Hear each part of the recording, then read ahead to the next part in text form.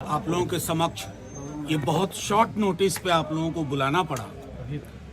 मैं कुछ बातें रखूंगा, उसके बाद आप स्वतंत्र हैं कि आप जो भी सवाल पूछना चाहें, क्योंकि हमारी प्रेस कॉन्फ्रेंस भाजपा की प्रेस कॉन्फ्रेंस की तरह नहीं होती है जहां एक आलाप होता है, यहां अंतरालाप होगा। तो उस दृष्टिकोण से मैं कहता हूं, अभी बीते एक हफ्ते से आप सब ने देखा होगा साथियों, पूरे देश में और कोई मुद्दा नहीं था। एक मनगढ़ंत मुद्दे के आधार पर महागठबंधन की सरकार प्रतिदिन गिराई जा रही थी। लोगों के बीच में मतभेद मनभेद बताया करता था और एक पार्टी की अंदरूनी बदलाव को राष्ट्रीय स्तर पर ले जाकर के यूं बताया गया कि छीका टूटेगा, किसके भाग से पता नहीं। खैर, उस पर सब पर विराम लगा दिया माननीय मुख्यमंत्री जी ने, निवर्तमान अध्यक्ष जदयू ने और हमारे नेता तेजस्वी जी ने। अब देखिए, मैं आप मीडिया के साथियों से आज हाथ जोड़ के एक विनती करता हूं। आज सुबह से चलाई जा रही है एक बात हमारे एक विधायक के संदर्भ में, उनके बयान को लेकर के मैं आपके समक्ष एक दो चीजें रख देना चाहता हूं। हर धर्म के प्रति समभाव राजद के डीएनए में है, राष्ट्रीय जनता दल के डीएनए में है। हर जाति के प्रति सम्मान हमारे डीएनए में।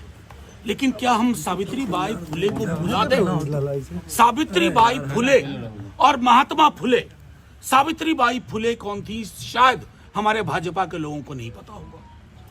मैं जानता हूं, क्योंकि उनका इंटेलेक्चुअल कैपिटल, बौद्धिक पूंजी शून्य है।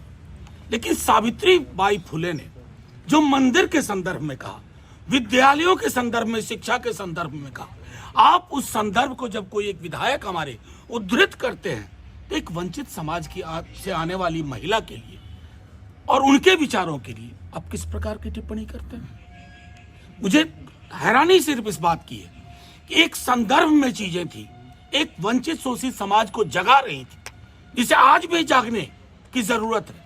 अब उस बयान को मंदिर पर हमला, राजद का मंदिर पर हमला। अरे साहब, जितना कभी लालू जी से शास्त्रार्थ कर लीजिएगा, मंदिर और भगवान के बारे में जितनी जानकारी उनको है, हमारे दल के लोगों को है, शायद हमारी जानकारी बनावटी नहीं है। हम धर्म को आस्तीन पे बांध के नहीं चलते हैं, यहां रखते हैं। हमारे राम मर्यादा पुरुषोत्तम बापू के राम है। हमें हमारे राम किसी से घृणा नहीं सिखाते हैं। हम हे राम वाले राम के लोग हैं। अब भाजपा तय करे वो क्या है। मैं सिर्फ आपको ये कहना चाह रहा था, एक बयान जो एक वंचित शोषित समाज को अलग जगाने के लिए वो बयान दिया गया, और उस बयान के बाद जिस तरह की प्रतिक्रिया दी जा रही है, और मीडिया के हमारे साथियों, आप लोग कम से कम कुछ अनुसंधान कर लिया कीजिए। बड़ी मुश्किल होगी कि कबीर अगर आज आकर के हमारे बीच में कहें, हन पूजे हरि मिले तो मैं पूजू पहाड़, ये तो सीधे आक्रमण है ना मूर्ति पे। कबीर ने किया ना। अब कबीर अगर पटना के जेपी गोलंबर पे आके यही बात कह दें, तो आप उनका भी लिंचिंग कर देंगे, बीजेपी के लोग लिंचिंग करवा देंगे। इस देश का एक बौद्धिक परंपरा रही है,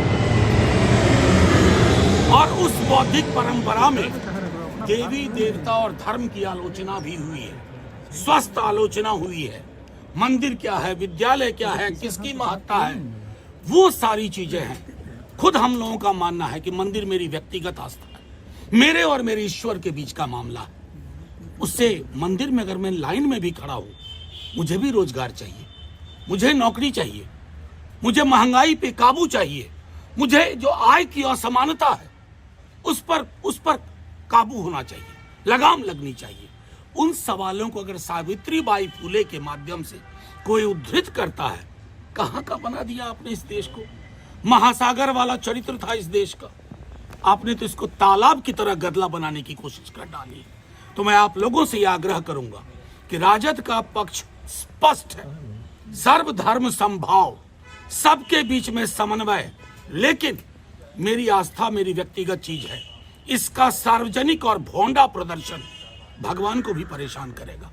अगर मर्यादा पुरुषोत्तम सचमुच आज पृथ्वी पे आ जाए 22 तारीख के बाद, प्राण प्रतिष्ठा के बाद, 2-4 सवाल मोदी जी को ही पूछेंगे। मेरे युवाओं का रोजगार कहाँ है, देश में इतनी महंगाई क्यों है, लोगों के बीच में संपत्ति का बंटवारा इस तरह का क्यों है कि 5 समृद्धि के टापू के समक्ष सब लोग नतमस्तक हैं। ये मर्यादा पुरुषोत्तम भी पूछेंगे, लेकिन मर्यादा पुरुषोत्तम की उस छवि को मोदी जी समझते नहीं है, भाजपा के लोग नहीं समझते।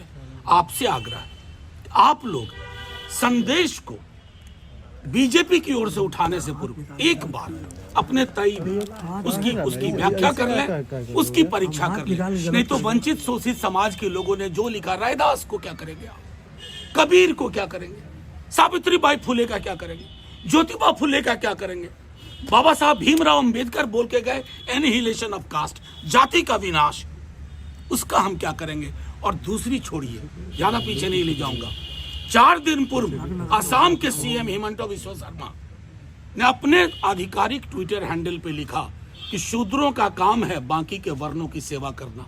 ये हिंदुस्तान है आधुनिक भारतवर्ष, संविधान से चलने वाला। मुझे दुख हुआ कि मीडिया के एक बड़े वर्ग ने उसको चलाया ही नहीं।